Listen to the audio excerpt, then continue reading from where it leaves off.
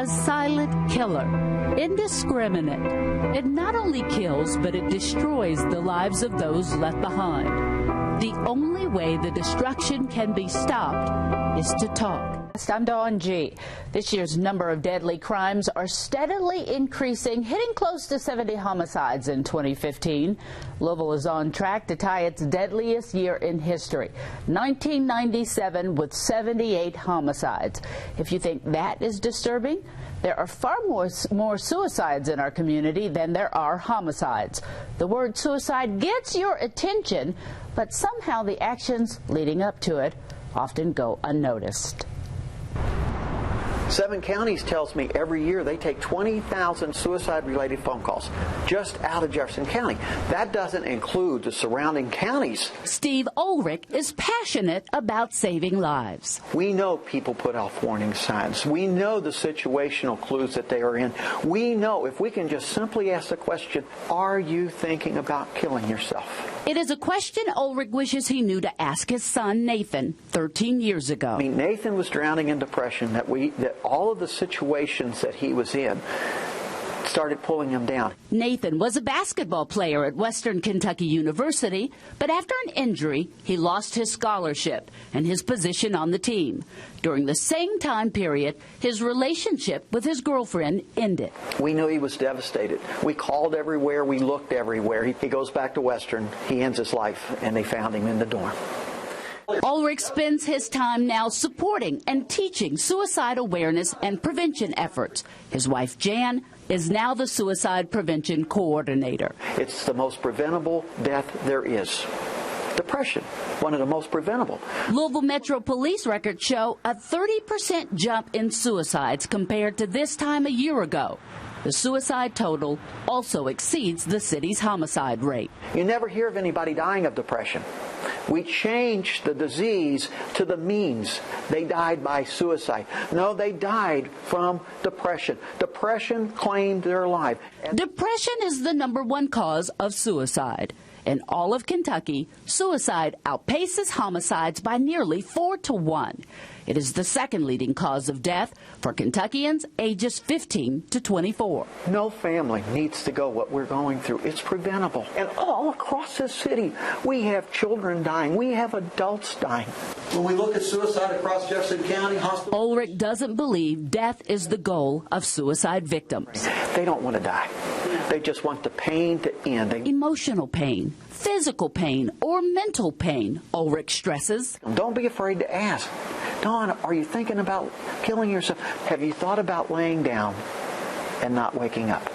We're talking about our kids now, and we've had a child as young as 10 years old in the JCPS system take their life. I can't even imagine at 10 years old that suicide would ever enter your mind. Yeah, what we're seeing is there's been an increase over the last few years on suicide attempts and completed suicides in the pediatric population, including students. And it's just that the pressures that they're faced with every day and the risk factors are contributing to an increase in the attempts and the completed suicides. What we try and do in Jefferson County is to build resiliency skills in our students, so if they are faced with a difficult situation, they have skills that they can rely on to bounce back from those events and not to even consider thoughts of suicide, that there are other things or other ways of dealing with the problems. Now, I had a chance to go to Butler, and they were there. They were doing a class for the students to talk about what you do if you think your friends are in trouble or if you are in trouble. And then they have a session for the parents. Big problem. No parents. Right. And one of the things what we're trying to do each year, the district provides lessons to all our middle school and high school students. Over 40,000 students receive a lesson every year. One of the things what we're trying to do is also reaching out to our parents. And so one of the things we're thinking about doing next year is offering parent trainings at our schools to make that available for the parents. But they've got to come. Right. And that's the challenge for us. We have to explain to them is that suicide is the second leading cause of death for our teenagers. Most people don't realize that.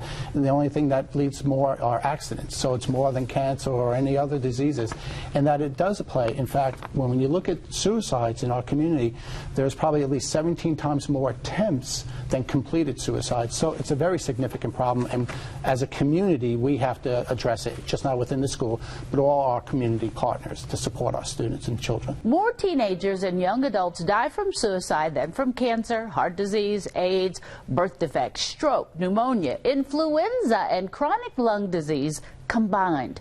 No parent wants to be a nag and ask too many questions, but no parent wants to bury their child either. If you think something is wrong with your child, that alone is reason enough to stop, listen, learn, and talk. 1 out of every 10 high school students have a suicide plan, according to the CDC's Youth Violence Survey. They're at a point where they've thought about it.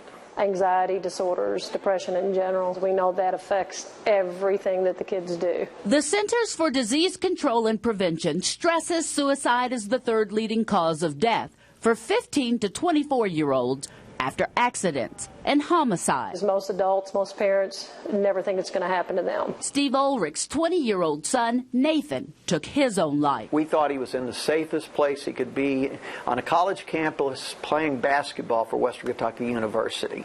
Nathan lost his basketball scholarship after an injury, and in the same time period, lost his girlfriend. From there, depression started setting in. We didn't see it. We didn't know what to look for. The American Foundation for Suicide Prevention warns there are signs that may mean someone is at risk for suicide. The risk is greater if the behavior is new and if it is related to a painful event, loss, or change. Talking about wanting to die, looking for a way to kill oneself, such as an online search for buying a gun. Talking about feelings of hopelessness. Talking about feeling trapped or feeling unbearable pain. Talking about being a burden to others. Increasing the use of drugs or alcohol. Behaving recklessly. Sleeping too little or sleeping too much. Withdrawing and showing rage or extreme mood swings. Ulrich advises what not to say to someone who may be thinking about suicide. Get over it. Suck it up.